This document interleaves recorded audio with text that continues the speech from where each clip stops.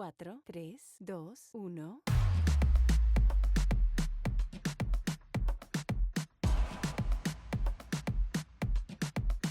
Hello, future neuroscientist.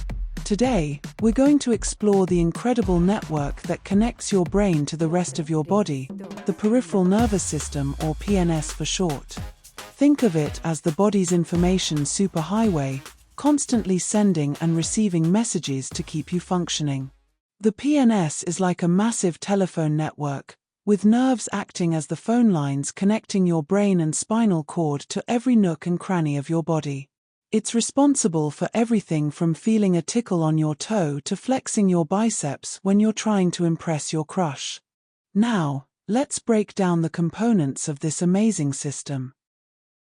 The PNS consists of 12 pairs of cranial nerves and 31 pairs of spinal nerves. These nerves are like the body's electrical wiring, carrying signals to and from the central nervous system. The cranial nerves emerge directly from the brain, while the spinal nerves branch out from the spinal cord.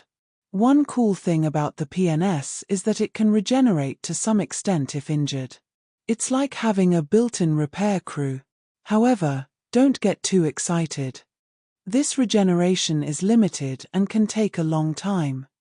So always wear your helmet when cycling. Your nerves will thank you. The PNS is divided into two main parts, the somatic nervous system and the autonomic nervous system. The somatic nervous system is like your body's conscious control center. It's responsible for voluntary movements, like wiggling your toes or doing the floss dance. Yes, I know that reference is outdated, but cut me some slack. On the other hand, the autonomic nervous system is like your body's autopilot. It controls involuntary functions like heart rate, digestion, and breathing. It's split into two subsystems, the sympathetic, fight or flight, and parasympathetic, rest and digest, systems. Think of them as your body's gas pedal and brake, respectively. Now, let's talk about nerve composition. Nerves are made up of bundles of axons, which are long, slender projections of nerve cells. These axons are wrapped in a special insulation called myelin, which helps signals travel faster. It's like the difference between sending a text message and using a carrier pigeon. Myelin makes sure your body's messages arrive ASAP. Before we move on to our next presenter, let's review what we've learned with some questions. What does PNS stand for?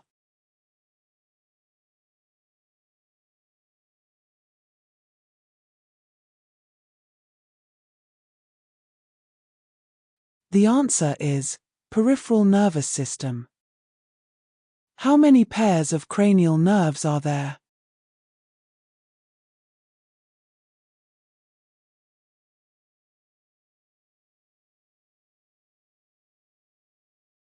The answer is 12 pairs. How many pairs of spinal nerves are there?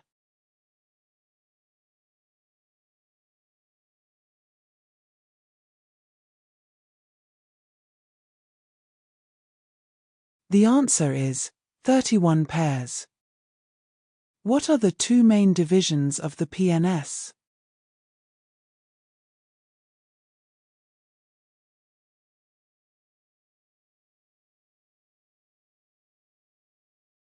The answer is somatic nervous system and autonomic nervous system. What is the function of the somatic nervous system?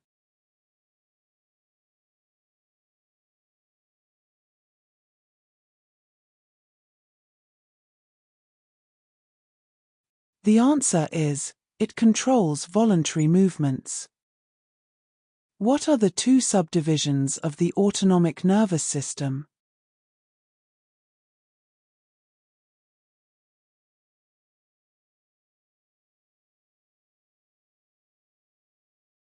The answer is sympathetic and parasympathetic systems. What is myelin?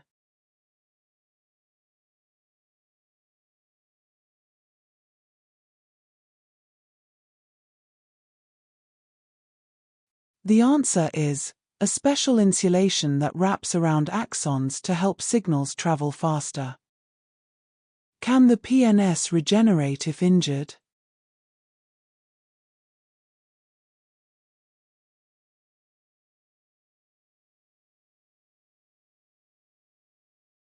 The answer is yes, to some extent, but it's limited and slow.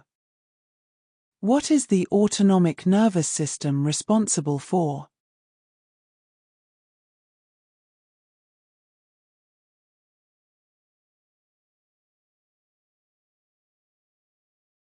The answer is controlling involuntary functions like heart rate, digestion, and breathing. Which system is often called the fight-or-flight system?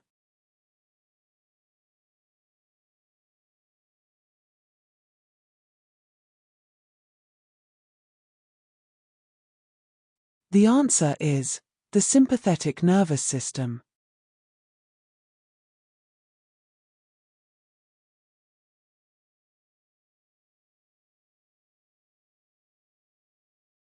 Now, it's time for a quick dance break. Let's all stand up and do the nerve jive. Wiggle your fingers for your sensory nerves. Stomp your feet for your motor nerves. And spin around for your autonomic nerve. Wiggle your fingers for your sensory nerves. Stomp your feet for your motor nerves. And spin around for your autonomic nerve.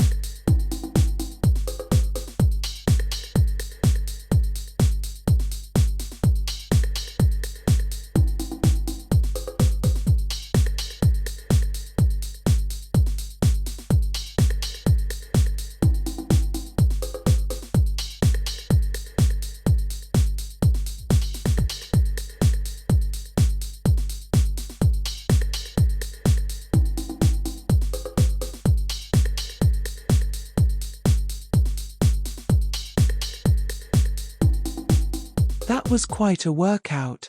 Now I'll hand you over to the brilliant Dr. Tessa Thalamus, who will take us on a journey through the fascinating world of nerve plexuses and dermatomes. Take it away, Tessa.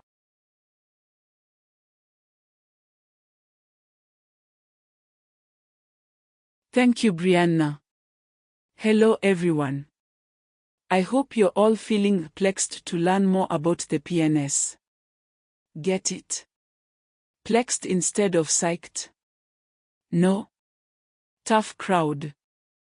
Let's dive into the intricate world of nerve plexuses.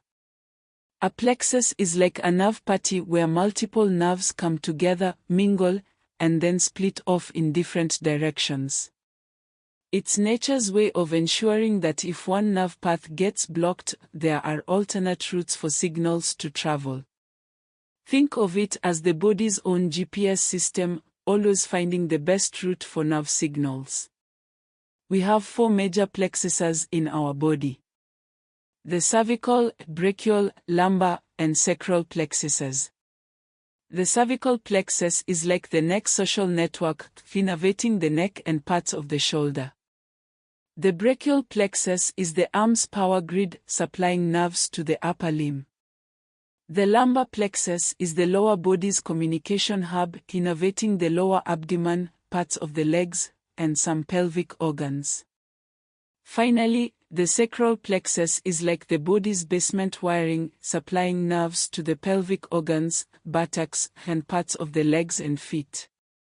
Now, let's talk about some of the major nerves that emerge from these plexuses. From the brachial plexus, we have the median nerve, the handyman of the forearm, the ulnar nerve, the funny bone that's not so funny when you hit it, and the radial nerve, the arm's extension specialist. Moving down to the lumbar plexus, we find the femoral nerve, which is like the thigh's personal trainer, responsible for extending the leg and flexing the hip. There's also the obturator nerve, which helps you squeeze your legs together, very useful for riding horses or doing a mean impression of a nutcracker. From the sacral plexus, we get the sciatic nerve, the body's longest nerve and a frequent troublemaker. When it gets irritated, you get sciatica, which feels about as pleasant as sitting on a porcupine. Now let's switch gears and talk about dermatomes. Dermatomes are like the body's zip codes for sensations. Each area of skin is primarily supplied by a single spinal nerve root, creating a map of sensory territories across the body. It's like each spinal nerve has its own little kingdom on your skin. Dermatomes are incredibly useful in clinical practice. If a patient has altered sensation in a specific dermatome, it can help us pinpoint which spinal nerve root might be affected. It's like playing a game of pin the tail on the nerve problem. For example, if someone has numbness on the outer part of their foot and the little toe, we'd suspect an issue with the S1 nerve root. If the numbness is on the inner part of the foot, we'd be looking at L4. It's like each part of your skin has its own direct hotline to a specific part of your spinal cord. Before we move on, let's review what we've learned with some questions. What is a nerve plexus?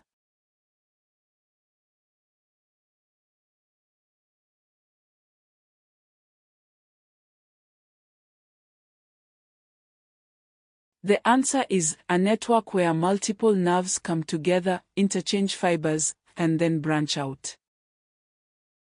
Name the 4 major plexuses in the body.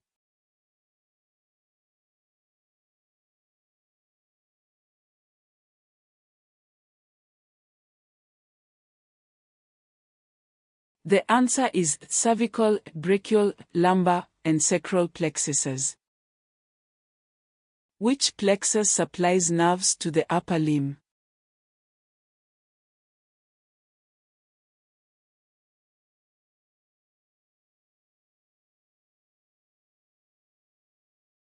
The answer is the brachial plexus. What is the body's longest nerve?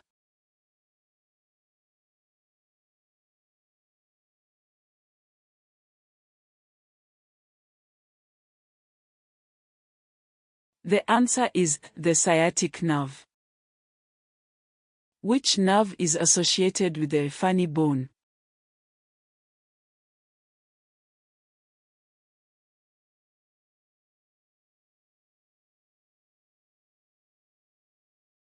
The answer is the ulnar nerve. What is a dermatome?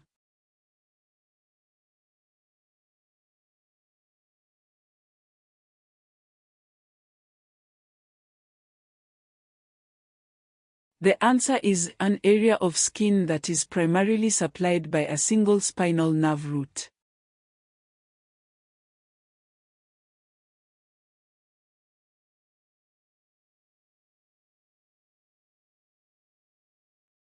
How are dermatomes useful in clinical practice?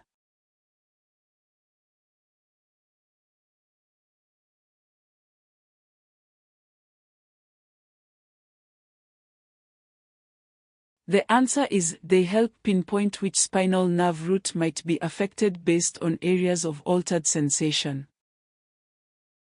Which dermatome would be affected if someone has numbness in their little toe?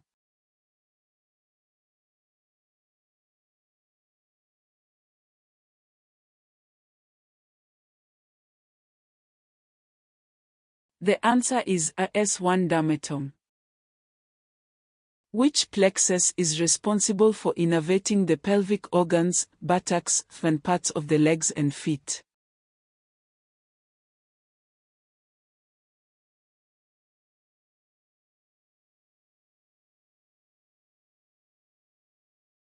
The answer is the sacral plexus.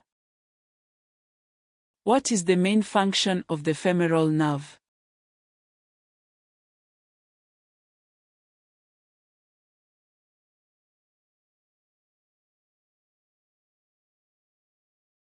The answer is extending the leg and flexing the hip. Now it's time for another dance break. Let's all do the dermatome shuffle. Touch your head for C2, your shoulder for C4, your thumb for C6, your little finger for C8, and your big toe for L5.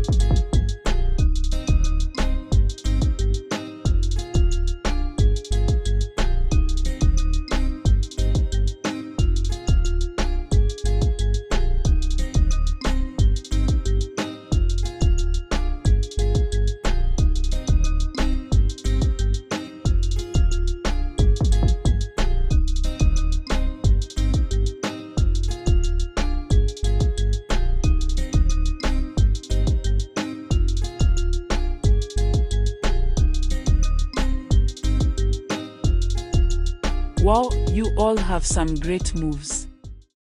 Now, I'll pass the mic to the amazing Dr. Chloe Cranium, who will wrap up our lecture with some fascinating insights into nerve injuries and disorders.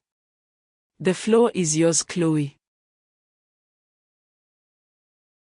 Thank you, Tessa. Hello, everyone. I hope you're all still feeling nervous with excitement about our topic. Sorry, I couldn't resist a little nerve humor. Now, let's talk about what happens when things go wrong in our peripheral nervous system. Just like any complex network, the PNS can experience issues that disrupt its normal function. These problems can range from minor annoyances to serious conditions that significantly impact a person's quality of life. One common issue is nerve compression, which occurs when surrounding structures put pressure on a nerve.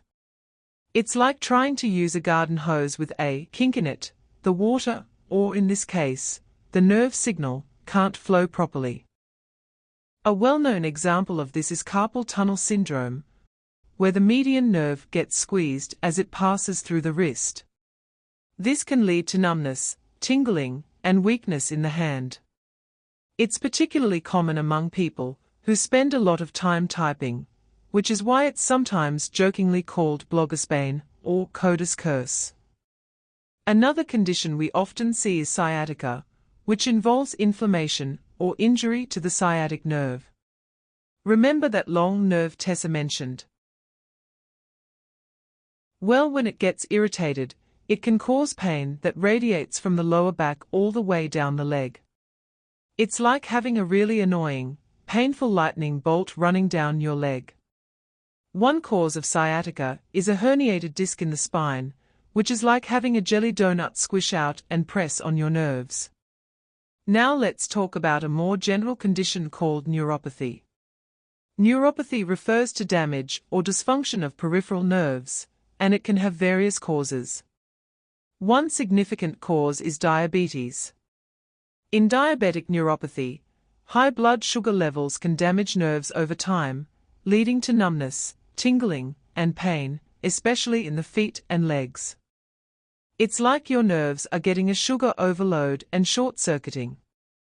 Interestingly, different types of nerve fibers can be affected differently in neuropathy.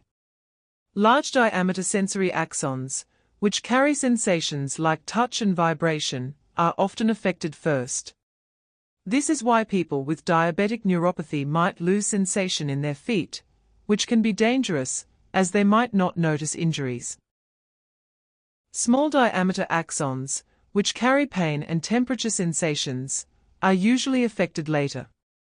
Another fascinating condition is Guillain-Barré syndrome, an autoimmune disorder where the body's immune system mistakenly attacks the peripheral nerves.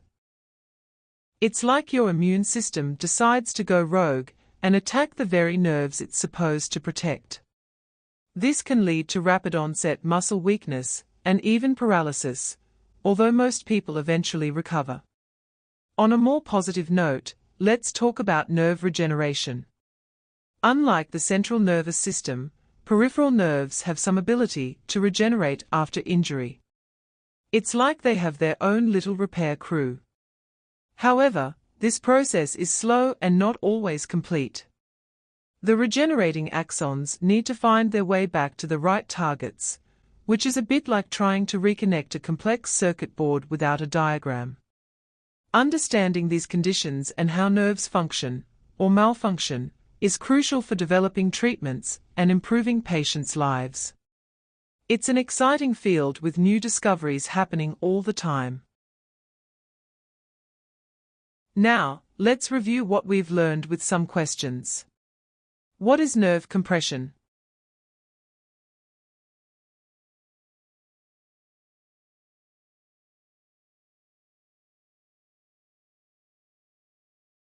The answer is, when surrounding structures put pressure on a nerve, disrupting its function. What is a common example of nerve compression?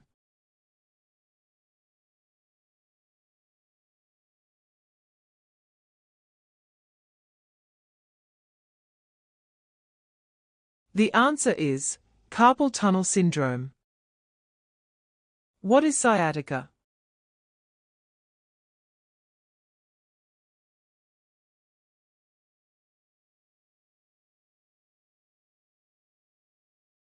The answer is inflammation or injury to the sciatic nerve, causing pain radiating from the lower back down the leg.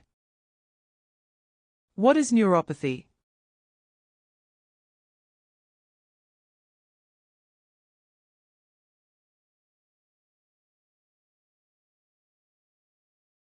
The answer is damage or dysfunction of peripheral nerves.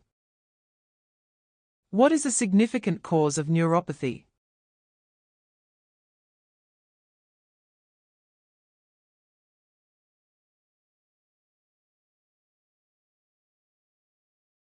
The answer is diabetes. In diabetic neuropathy, which type of nerve fibers are often affected first?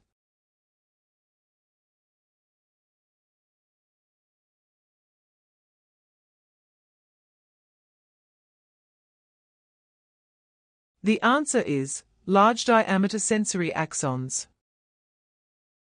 What is Guillain-Barré syndrome?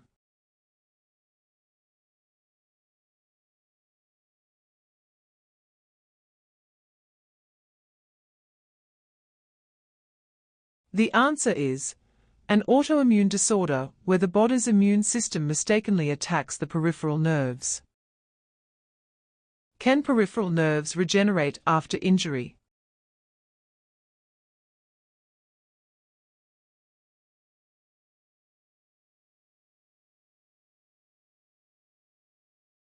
The answer is yes, to some extent, but the process is slow and not always complete.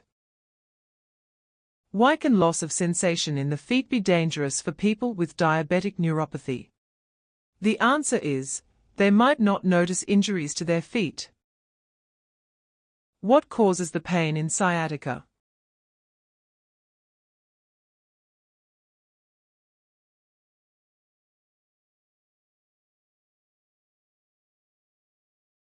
The answer is inflammation or compression of the sciatic nerve, often due to a herniated disc. And that concludes our lecture on the peripheral nervous system. We hope you've enjoyed this journey through the body's incredible communication network. Remember, your nervous system is working hard every second of every day to keep you functioning, so treat it well.